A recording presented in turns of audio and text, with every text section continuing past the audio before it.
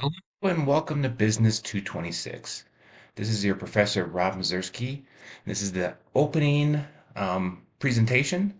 I hope you enjoy it, and I hope you enjoy Business 226. The course layout. Each week is going to include a lecture you can watch online, some homework, and then there's also going to be a midterm and a final. Um, there's going to be examples that you can do on your own if you're so inclined, and there'll be Excel spreadsheets for you to work on also. Review the syllabus. That's the contract between me and you. If you have questions, ask them early. If something is due Sunday evening and you email me at midnight saying you don't understand, I'm not going to have time to give you a good answer. If you ask me Friday afternoon, I can get you a good answer. If you send me a question that says, I don't understand chapter 3, I'm going to say, well, then you should reread chapter 3. But if you ask a specific question on something, I can give you a specific answer. So please help me help you answer your questions. Email me right away and make sure you ask me good questions. All right, chapter 1, an overview of financial management. There are different forms of business organizations, how to create value for investors, stockholder manager conflicts, stockholder debt holder conflicts, balancing interests as shareholders and society. So, finance within the organization, you have a board of directors, and the chief executive officer answers to them, and the chief executive officer will have different C-level executives that report to them, and then different departments that answer to those individuals. There are different types of business organizations: proprietorship, a partnership, and a corporation.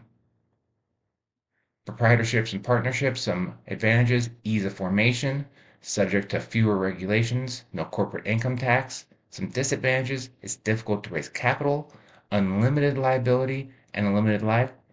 Often these are set up through LLCs or LLPs. A corporation, some of the advantages: unlimited life, easy transfer of ownership, limited liability, it's easier to raise capital. Some disadvantages: there's double taxation and cost of setup and report filing. Stock prices and intrinsic value. In equilibrium, a stock's price should equal its true or its intrinsic value. Intrinsic value is a long-term concept. To the extent that investor perceptions are incorrect, a stock's price in the short run may deviate from its intrinsic value. It's going to go up or down depending on what people think about the stock at the time. Ideally, managers should avoid actions that reduce intrinsic value, even if those decisions increase the stock price in the short term. Determinations of intrinsic value and stock prices, manager actions, then economic environment, taxes, political climate. So, how are taxes doing? Are they going to go up or down on stocks? The political climate, is it a group of people that are going to raise taxes or lower taxes? Investor friendly types of ideas. Stockholder manager conflicts. Managers are naturally inclined to act in their own best interest, which are not always the same interest as the stockholders. So a manager might care more about the people that work for them than they are about the stock value. Now, if a manager is caring about their people, will that eventually affect the stock price? Probably.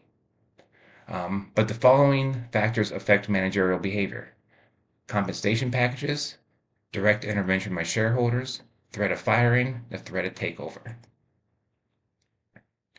Stockholders are more likely to prefer riskier projects because they receive more of the upside if the projects succeed. By contrast, bondholders receive fixed payments and are more interested in limiting risk. Bondholders want to get paid back. Those are like loan officers or banks. Bondholders are particularly concerned about the use of additional debt because if you keep borrowing more and more money, maybe you won't get paid back. And bondholders attempt to protect themselves by including covenants in bond agreements that limit the use of additional debt and constrain managers' actions. So let's say you can only have 90% borrowing.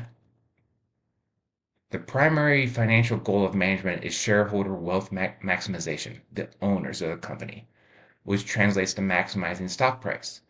Value of any asset is present value of cash flow stream to owners. We'll talk about that later. Most significant decisions are evaluated in terms of their financial consequences. Stock prices change over time as conditions change and as investors obtain new information about a company's prospects. Managers recognize that being socially responsible is not inconsistent with maximizing shareholder value. So doing the right thing, while it might not be great for the share price today, doesn't mean that it won't be good for the share price going forward. All right, we're going to take a little break and then hop into chapter 2.